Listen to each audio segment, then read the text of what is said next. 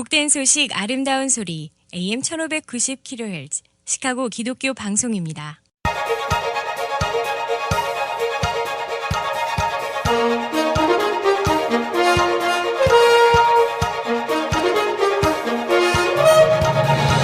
김정일 해설위원의 시사 해설. 세상을 넓게 봅니다. 삶의 지평이 넓어집니다.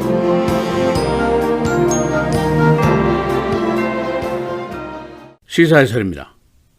우리가 지금 내고 있는 property tax가 어떻게 좀 내려갈 수 있으려나 이런 기대가 있습니다.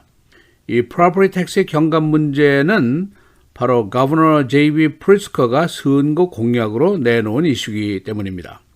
그가 지금까지는 그의 공약 사항들을 비교적 잘 풀어나가고 있다는 평가를 받고 있습니다. 예를 들면 주 인컴 텍스 제도 개혁이라든가 균형 예산, 또 450억 달러짜리 기간시설 개수 프로젝트 등등이 모두 계획했던 방향으로 지금 가고 있습니다. 민주당 거버너의 민주당 의회의 덕분이라고 볼 수가 있습니다. 이 세금 중에서도 제일 내기 싫은 세금이 바로 property tax입니다. 일리노이주는 이 property tax가 최악인 주 10개 주 속에 들어가 있습니다. 게다가 최근에 열악한 주 시의 그 펜션 부족분을 메꾸기 위해서 이 세금이 계속해서 인상이 되어 왔었습니다. 거버너 프리스커가 so far 재미를 보아왔는데 자신이 내세운 소위 think big, 크게 생각하자는 구호가 맞아 떨어진 것입니다. 이 바로 다음에 think big이 바로 property tax 경감 문제입니다. 그래서 오늘은 거버너가 제기한 property tax 경감의 이슈 내용은 어떤 것인지, 실현 가능성은 어느 정도인지 알아보도록 하겠습니다. 이 벤자민 프랭클린 대통령이 남긴 명언이 있는데 두 가지입니다. 우리 인생살이에서 두 가지가 확실한 것이 있는데 하나는 죽음이고 또 두 번째는 세금이다 라고 얘기를 했었습니다. 우리가 살면서 수많은 세금을 내고 사는데 이 여론조사를 해보면은 그 중에서도 제일 억울한 세금이 바로 property tax로 나와 있습니다. 일리노이 주민들에게는 더욱 그럴 수밖에 없는 것이 일리노이 주의 펜션 부족분이 전국의 최악 상태입니다. 시카고시는 벌써 경찰과 소방관, 은퇴 공무원 연금 부족분을 메꾸기 위해서 property tax를 여러 번 인상을 해왔었습니다. 게다가 쿡카운티의 전 사정관, 아주 썩어빠진 공무원인데 이 사람은 부자들의 부동산 세금 기준을 낮추고 중산층의 기준을 높인 그런 조치를 했다가 발각이 됐었습니다. 또 한 가지 부패 공무원인 ed 버크시 의원, 지금 기소가 되어 있는데 자신의 로펌을 통해서 깎아준 부동산세가 자그마치 6년 동안에 15억 달러나 됩니다. 이미 쓸 돈은 정해져 있는데 그가 교묘하게 깎아준 15억 달러를 누가 냈는가? 평범한 시민들, 즉 우리 같은 사람들이 호구 노릇을 했다라고 볼 수가 있습니다. 이 거버너 프리츠커의 property tax 경감 아이디어는 사실상은 간단한 것입니다.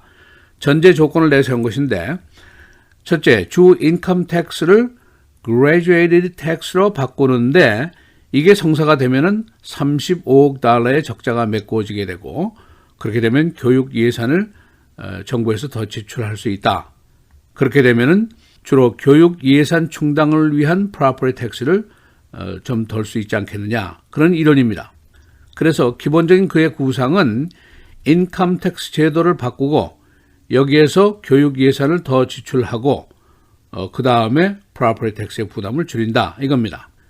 거버너 프리츠커는 이를 위해서 태스크 포스까지 구성을 했고 오늘 연말까지 property tax의 경감을 위한 방안을 의무적으로 제출하도록 조치를 했습니다. 이제 이를 위해서는 무엇보다도 개헌을 통한 세금 제도의 개혁이 이루어져야 되는데 인컴 텍스 개혁안이 성사가 되어야만이 가능하다 하는 얘기입니다. 이 개헌안은 지난 봄 회기에 일리노이 주 상원 하원을 모두 5분의 3선으로 통과를 했습니다. 그래서 2020년도 선거투표용지에 이 안이 등재되는 길을 열어놓았습니다. 이제 다음 단계는 주민들의 의견입니다.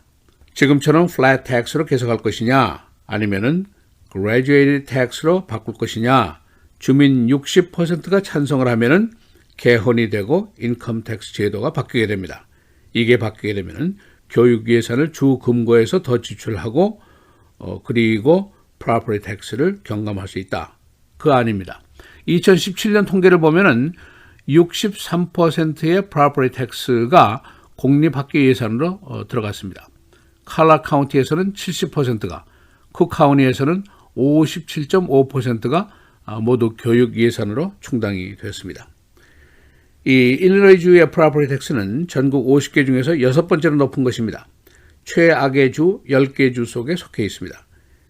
일리노이주의 기본 세율은 1.73%, 제일 낮은 루이지애나는 0.18%입니다. 일리노이주의 엑소더스라는 말이 이미 유명해진 말입니다. 구글에 들어가서도 이 단어를 치면은 무수한 기사들이 쏟아져 나오게 됩니다. 일리노이 주민들이 탈일리노이를 하는데 그 규모가 계속 증가하고 있다 하는 얘기입니다. 작년에 일리노이 주를 떠난 사람이 11만 4,154명입니다. 바로 4년 전 2014년도에는 9만 3,704명이 떠났습니다. 그 이유가 여러 가지 있는데 우선 원파리 시스템, 민주당 일당이 역겹다, 펜션 빚이 너무 높다, 범죄가 높다, 날씨가 나쁘다, 여러 가지 이유가 있는데 그 중에서 한 중요한 이유가 property tax가 계속 인상돼서 떠난다. 이것도 중요한 이유 중에 하나입니다. 지금 거버너가 추진 중인 누진세 제도는 부자 증세를 강조한 것입니다. 부자들에게 혹독한 세금을 물리면은 그들이 떠나고 그 세금을 누가 낼 것이냐? 이것이 바로 보수계 또는 공화당계 시민들의 걱정입니다. 이 거버너는 부자 증세를 세금 개혁의 중심에 놓았고 시카고 시장 그리고 쿡 카운티 프레지던트도 100만 달러짜리 이상의 부동산 거래 시에는 특과세를 부과하겠다 하고 얘기를 하고 있고 시카고 시장 후보였던 빌 데일리는 서버브에 살면서 시카고 시에서 일하는 사람에게는 통행세를 물리자 하는 아이디어까지 내놓았었습니다. 우리는 그야말로 무수한 세금을 내고 삽니다. property tax를 비롯해서 sales tax, income tax, local tax, gasoline tax, water tax, garbage tax까지 내는데 각 주마다 세금이 다르고 세금 부과의 규정은 대부분 성경책보다도 두껍게 되어 있습니다. 몇 가지 확실한 것은 일리노이 주의 세금이 전반적으로 높은데 특히 property tax 그리고 sales tax들은 타 지역에 비해서 월등히 높습니다. 거버너 프리스커는 지금까지 Think Big을 표로 내걸고 인컴 텍스 개혁안, 개헌안, 균형 예산안, 2020년도 주 예산안, 450억 달러짜리 기간시설 개수안, 오락령 마리화나 합법화, 카지노 등 도박시설 확장안, 이런 것들을 성사시키는 데 성공을 했습니다. 바로 다음 공약 사업이 property tax 경감 이것입니다. 과연 그가 이것도 잘 해낼 수 있을 것인가? 많은 시민들의 관심사입니다. 시사해설 김재일입니다.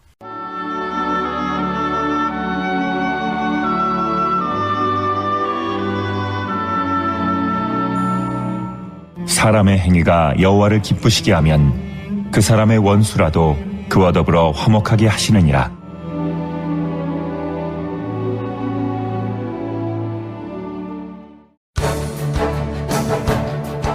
하나님의 축복 속에 41년 전에 세워진 저희 시카고 기독교 방송은 끊임없는 청취자 여러분들의 기도와 섬김 속에 지금까지 이어져 내려오고 있습니다. 앞으로도 계속해서 하나님의 방송, 복음의 파수꾼의 역할을 감당하며 더욱더 성장하는 저희 시카고 기독교 방송이 될 수 있도록 시카고 기독교 방송 41주년 특별 공개 선교 헌금 행사에 여러분들의 많은 참여와 기도를 부탁드립니다. 특별 공개 선교 헌금 행사는 6월 25일부터 27일까지 오전 6시에서 오후 1시까지 매일 7시간씩 생방송으로 진행됩니다. 이번 행사에 참여하시는 모든 분들께는 각 업체에서 제공하는 헌물을 선물로 드립니다. 여러분들의 많은 사랑과 관심, 기도, 후원을 부탁드립니다. 기독교 방송국 전화 847-583-0191, 카카오톡 847-707-4269번입니다.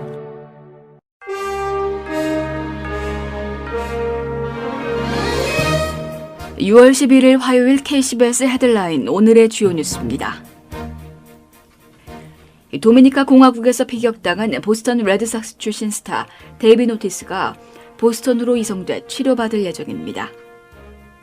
샘 케네디 레드삭스 사장은 어제 언론 기자회견에서 도미니카 공화국 산토도밍고에서 총격을 당한 오티스에 대한 상태를 전했습니다.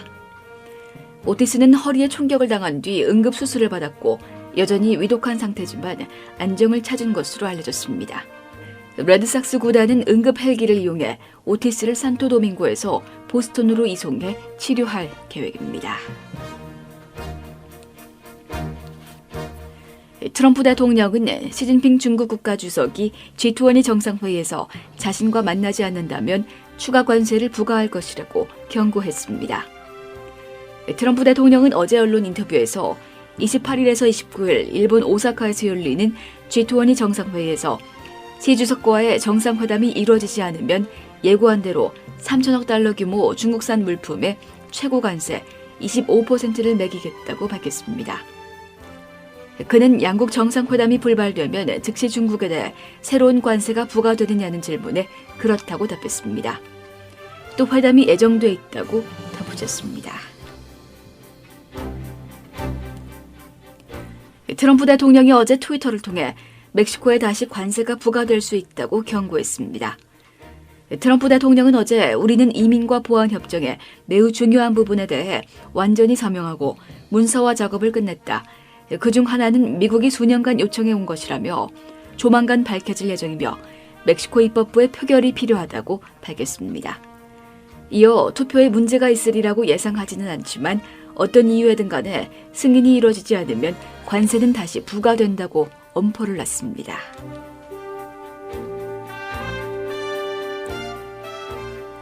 잔딘 전 백악관 법률고문은 어제 로버트 뮬러 특별검사가 트럼프 대통령을 조사하기 위한 로드맵을 의회에 제공했다고 증언했습니다.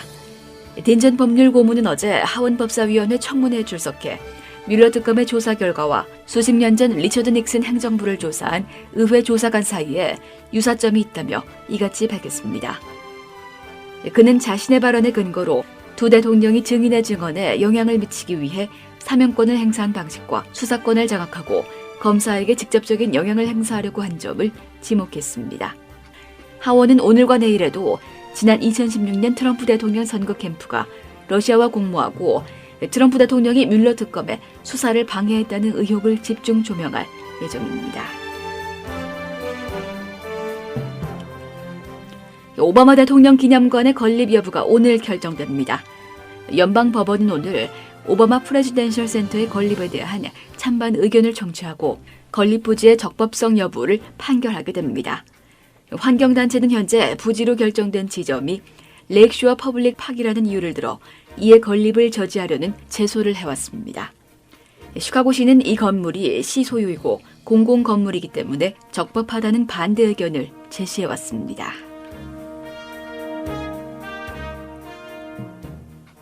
알링턴 하이츠에서 43살 난 딸이 70대 부모를 살해한 혐의로 구속됐습니다. 경찰은 데보라 마틴을 1급 살인죄로 체포했는데 그녀는 71살, 72살 난 부모를 자택 안에서 흉기로 찔러 살해한 혐의를 받고 있습니다. 경찰은 사건 당시 911 신고 전화 테이프를 증거로 제시했으며 법원은 용의자에 대한 보석금 거부 판결을 내렸습니다. 우유 농장인 인디애나주의 페어옥스 팜이 동물 학대죄로 입건됐습니다. 동물 애호 그룹은 이 농장 근로자들이 송아지를 발길로 차고 학대하는 장면의 비디오를 법원에 제출했습니다. 이 사건이 법정으로 간 후 주얼과 토니 등 그로서리 체인들은 이 농장에서 만든 우유 등의 판매를 중지했습니다. 날씨입니다. 오늘은 오전에 맑은 날씨 보이다 오후 들어 차차 흐려지겠습니다. 오늘 최고 80도, 최저 62도. 내일은 흐린 가운데 대부분 지역에 비가 내리겠습니다. 최고 69도, 최저 51도. 목요일 다소 구름 많은 대체로 맑은 날씨 보이겠습니다. 최고 69도, 최저 54도. 금요일 오전에 흐리다 오후 들어 다시 맑아지겠지만 밤사이 다시 비가 내리는 곳도 있겠습니다. 최고 76도, 최저 64도입니다.